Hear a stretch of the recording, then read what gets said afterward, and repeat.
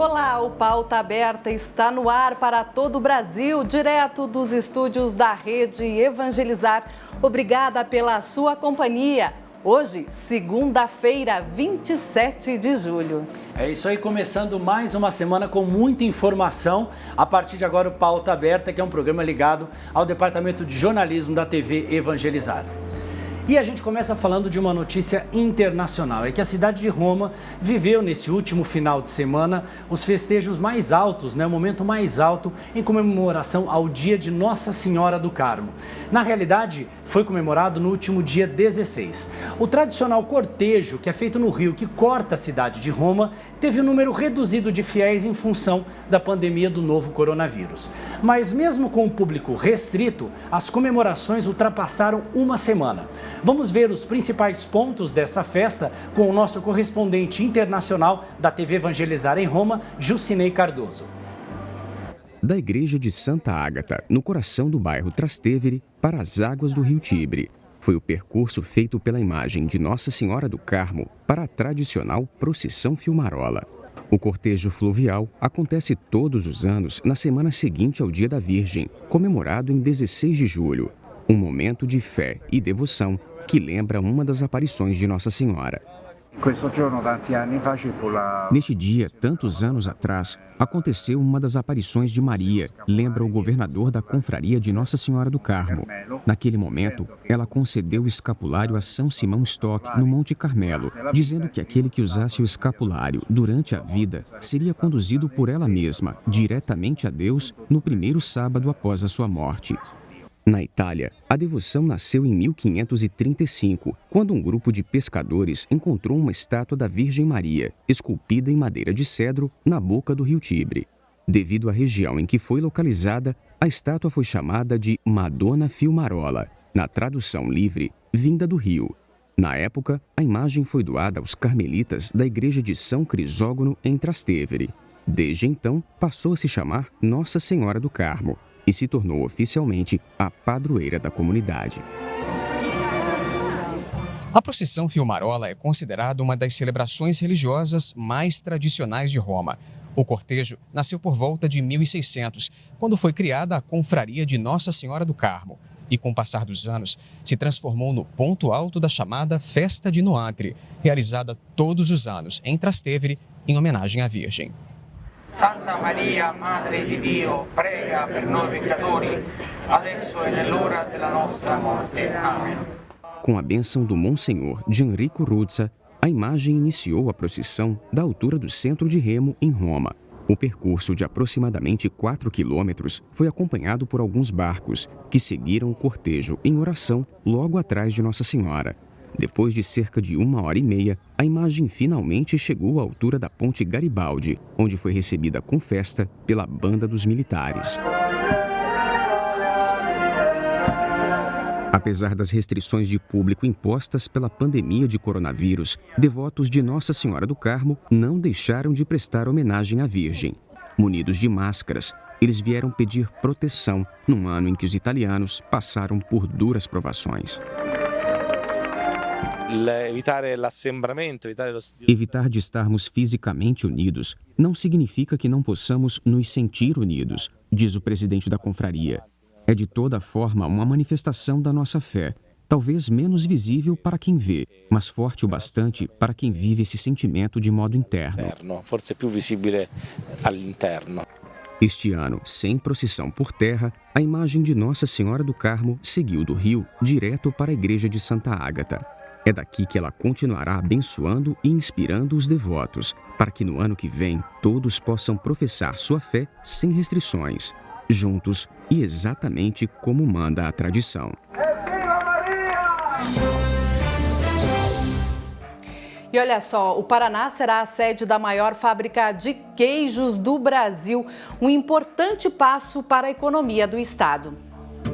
São Jorge do Oeste, município com mais de 9.000 habitantes que fica na região sudoeste do Paraná. É aqui que será instalada a maior fábrica de queijos do Brasil. Hoje, o Paraná é o segundo maior produtor de leite do país, com mais de 4 bilhões de litros por ano. Só aqui no sudoeste, a produção é de mais de 1 bilhão, ou seja, tem matéria-prima de sobra. De acordo com o governador Carlos Massa Ratinho Júnior, a nova fábrica vai incentivar os pequenos produtores e movimentar a economia. Uma roda gigante que todo mundo ganha, e em especial quem vai trabalhar nessa indústria e também os produtores da nossa bacia leiteira, né?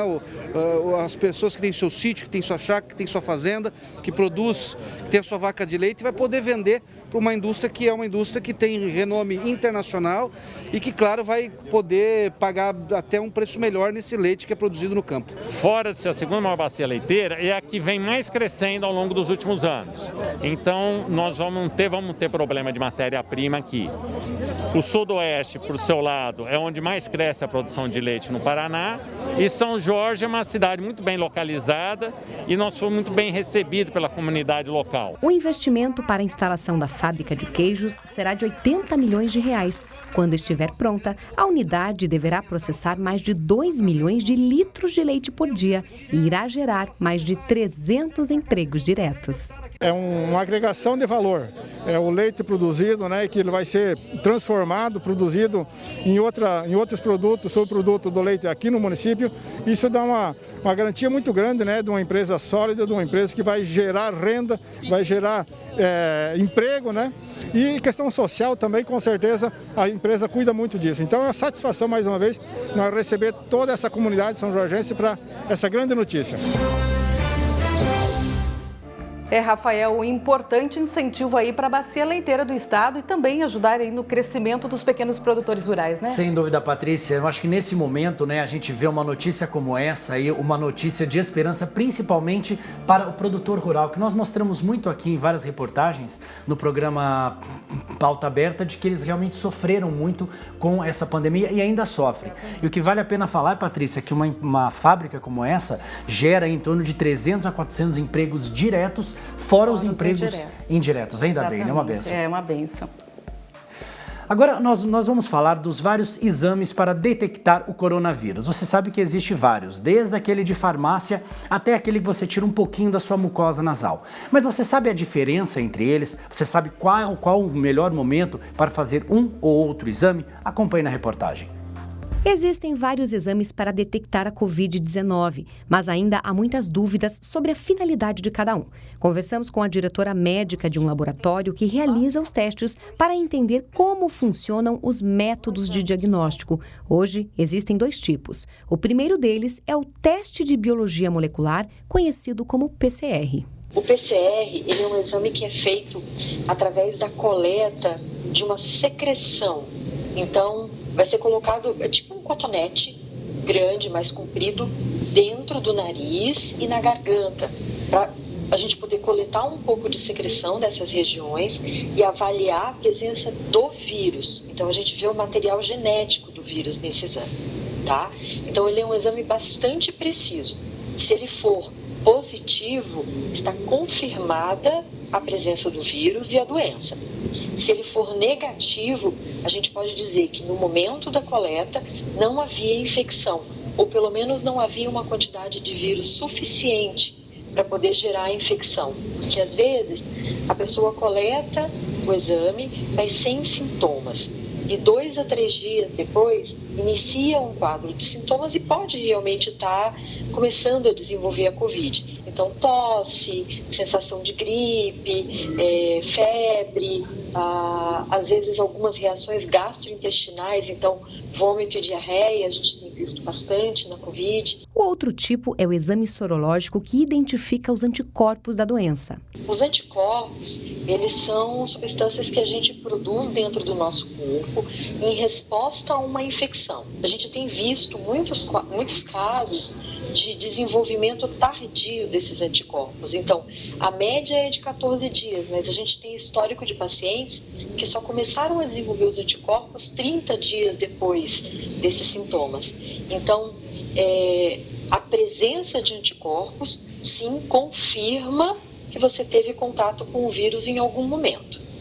A ausência de anticorpos, ela pode dizer que você não teve contato, mas pode dizer só que o seu corpo ainda não produziu anticorpos. Dentro da metodologia sorológica, existem mais 2 tipos, o teste rápido e o total. O exame do teste rápido, que é aquele da pontinha do dedo, tá? Ele é um exame de triagem, que a gente fala. Então, ele é bem menos sensível do que os exames de sangue. Então, a taxa de positividade desse exame, ela gira em torno de 60%. Então, não é uma taxa muito grande. Os testes sorológicos realizados no sangue, que aí eles podem ser o teste que a gente chama de anticorpos totais, que ele avalia a presença de qualquer anticorpo, tá? Esse exame, ele é o mais sensível dentre todos os exames sorológicos. Então, ele tem uma taxa de positividade e de assertividade acima de 95%. Outra dúvida frequente é sobre o resultado falso negativo ou positivo. Falso positivo é quando a gente tem um exame que detecta anticorpos, mas esses anticorpos eles não são específicos da Covid. Eles podem ser uma reação cruzada. Isso acontece muito em pessoas que têm doenças reumatológicas, pessoas que fazem uso de alguns medicamentos específicos, logo após uma vacinação. O falso negativo é quando a metodologia não é capaz de identificar os anticorpos. E isso acontece naquela situação em que eu comentei antes, que a pessoa está demorando um pouco mais a produzir os anticorpos. Então, naquele momento ainda não existe, mas pode ser que num exame realizado 7, 10 dias depois eles já estejam presentes. E o mais importante, não faça nenhum exame sem indicação. Hoje, o que é a minha indicação e a indicação do laboratório? Que só se colete exames se você tem sintoma, e aí vai coletar o PCR, ou se você teve sintomas ou teve contato e coletar o sorológico depois de 14 dias. O Pauta Aberta vai para um breve intervalo, não saia daí, nós voltamos em instantes.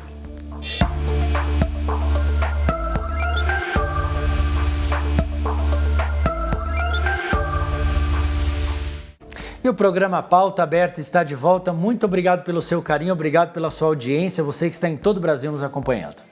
E a pandemia do novo coronavírus mudou hábitos e rotinas de todo mundo. Quais serão as principais mudanças que devem prevalecer quando tudo isso passar? Confira na reportagem. Não tem como não perceber as mudanças que a pandemia trouxe para a nossa vida. Elas estão por toda parte. Que o mundo nunca mais será o mesmo, nós já sabemos. Pesquisas mostram que algumas mudanças tão impactantes que vivenciamos agora deverão permanecer quando tudo voltar ao normal. Quase 60% das pessoas acreditam que o hábito de higienizar as mãos, por exemplo, vai continuar.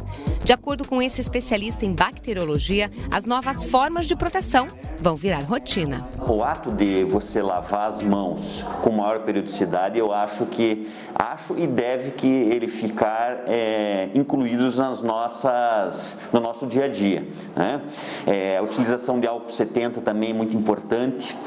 Normalmente, quando você sai de um local público e você não há condições de lavagem de mãos naquele momento, o álcool 70 ele é muito eficiente nesses momentos, ele deve ser usado. Nós comentamos até o uso da própria máscara.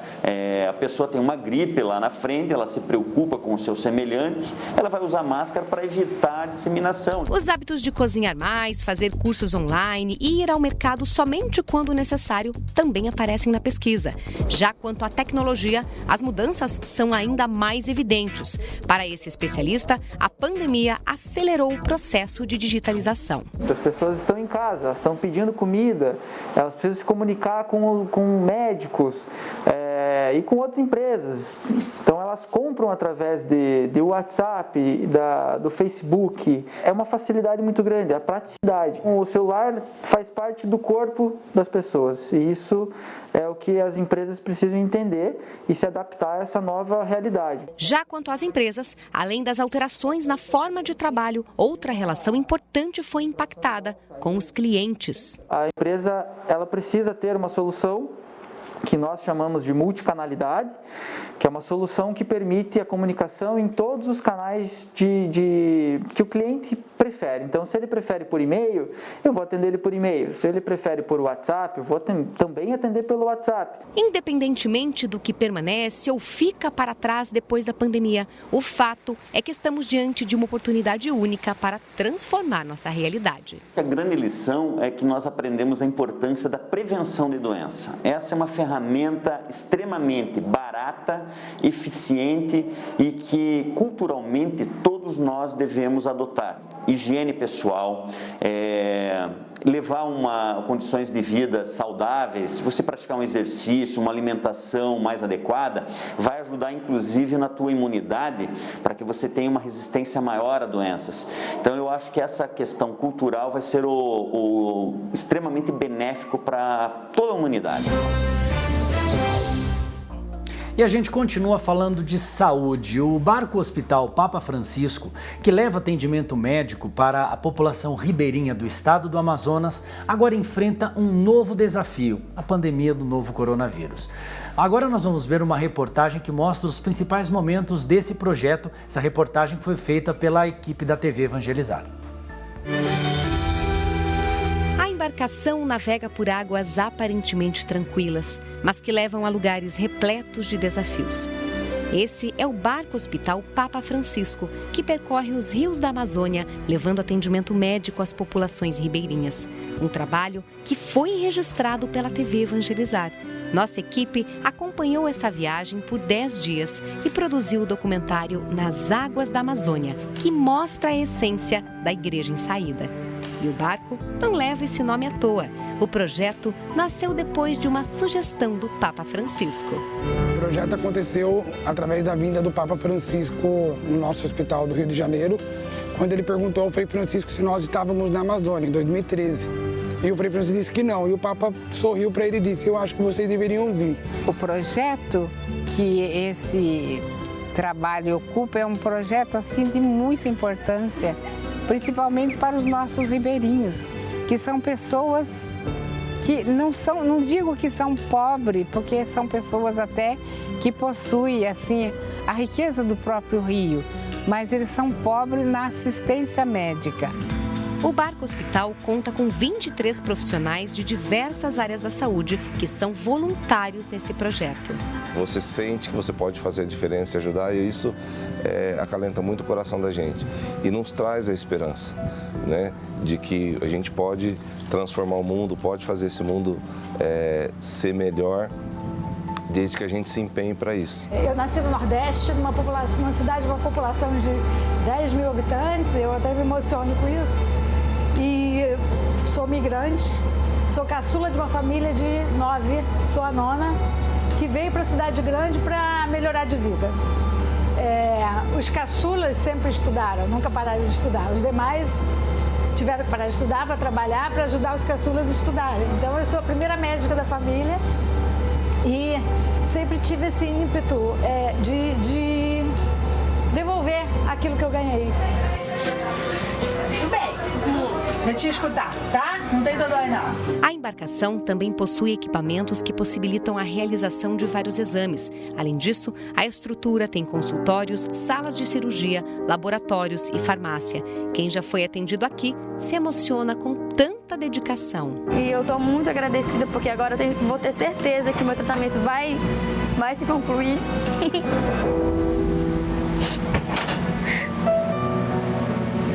Foi Deus que enviou vocês chegarem até aqui, o barco chegar até aqui com os profissionais para fazer atendimento aqui na comunidade.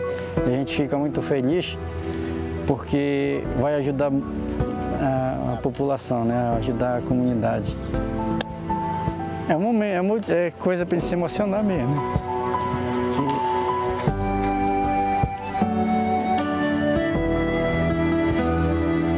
É coisa assim que é de Deus, né?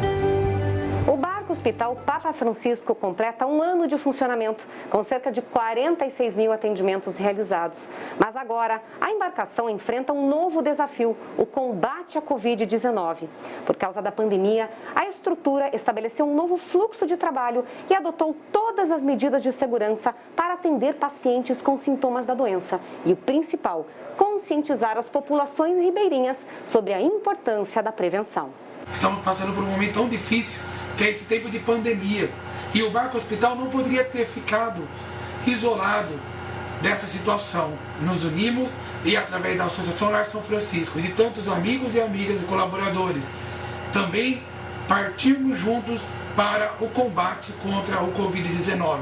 Por isso, juntos, continuamos atendendo, levando atendimento clínico às comunidades ribeirinhas, principalmente às pessoas que de forma assintomática ou já com a doença, mas com sintomas leves, puderam receber a medicação, puderam ser olhados, e é mais uma vez o Barco Hospital dando a sua resposta. Nós somos um hospital em saída. Você pode conferir o documentário Nas Águas da Amazônia em nosso canal no YouTube.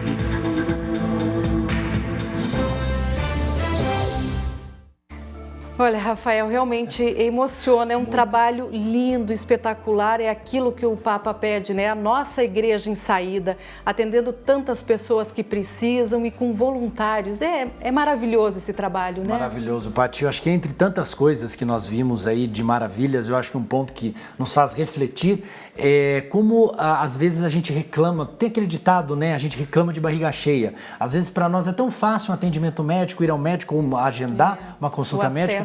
O acesso, e para essas pessoas, né, como muda a vida, e a gente vê que realmente são pessoas sensibilizadas com isso. E mudou a realidade daquele local. Mudou a realidade, maravilhoso. É verdade. Bom, e agora a gente fala de uma relação linda que traz benefícios para a saúde. Dizem que ser avó é ser mãe 2 vezes. Agora a gente vai ver uma história linda, como a gente acabou de ver, da Dona Maria, que criou um neto sozinho. E ela também escreveu um livro sobre sua trajetória. Confira. Muito amor e cumplicidade. Assim é a relação entre a Dona Maria e o Felipe. Ela começou a criar o neto quando ele tinha pouco mais de 1 ano de idade. Assumiu o papel de mãe e enfrentou muitos desafios. Com 6 aninhos, ele chegava da escola, né? Chegava da escola e dizia assim: vó, a professora mandou fazer isso aqui, você me ensina?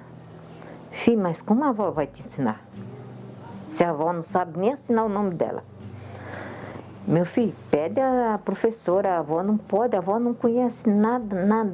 E vendo a dedicação da avó, mesmo com tantas limitações, com apenas 7 anos de idade, o Felipe decidiu que ela tinha que estudar. Aí eu falei para a moça que eu queria matricular a minha avó. E ela ficou se questionando o porquê uma criança tão pequena estava pensando em matricular a avó.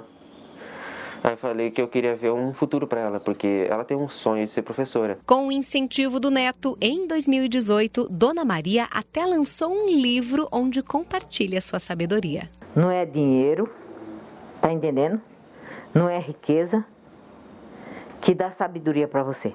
Eu criei 9 filhos e eu não deixei nenhum ser marginal, nem ladrão, nem traficante. Nem nada, eu era o pai e eu era o homem. E essa relação tão afetuosa, igual a do Felipe com a Dona Maria, traz muitos benefícios. Uma pesquisa mostrou que a proximidade emocional entre netos e avós protege da depressão e também de outros transtornos mentais. Outro estudo mostrou que avós que cuidam de netos têm 37% menos risco de morte. Essa psicóloga explica que o vínculo é muito importante para os 2 lados. Essa convivência dos avós com os netos faz com que ele viva mais, né? Porque ele precisa dar conta ali, né? Do brincar, do fazer coisas de lazer, passear. Então isso faz com que os avós fiquem mais saudáveis, mais ativos. Longe ou perto, o que importa é que essa relação deve ser preservada. Os pais precisam facilitar as visitas, né, dos avós, muitas vezes tem que ir até os avós que moram distante, né, então tentar visitar mais vezes ou fazer chamadas de vídeo para que não se quebre esse vínculo. Abaixo de Deus ele é uma luz para mim, sabe? Porque hoje eu tenho sabedoria em intermédio dele. E tudo, filha, que eu tenho amor por ele, porque ele é uma pessoa que me abraça, que eu recebo abraço dele, recebo carinho dele. Ela representa tudo para mim. Muitas vezes ela fala assim: quando eu não estiver mais aqui, eu quero que você tenha uma coisa. Eu falo: eu não consigo ver um mundo sem você. Porque uma pessoa que ela sempre foi muito carinhosa comigo, eu não consigo ver nada sem ela.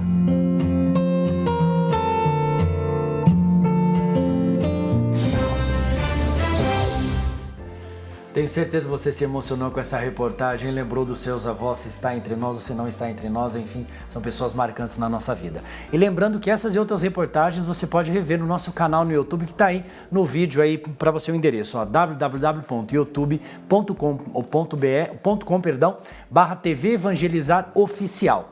Então, o Pauta Aberta vai ficando por aqui nesta segunda-feira. Muito obrigado pelo seu carinho, obrigado pela sua atenção. Obrigada pela sua audiência, nos encontramos amanhã. Tchau!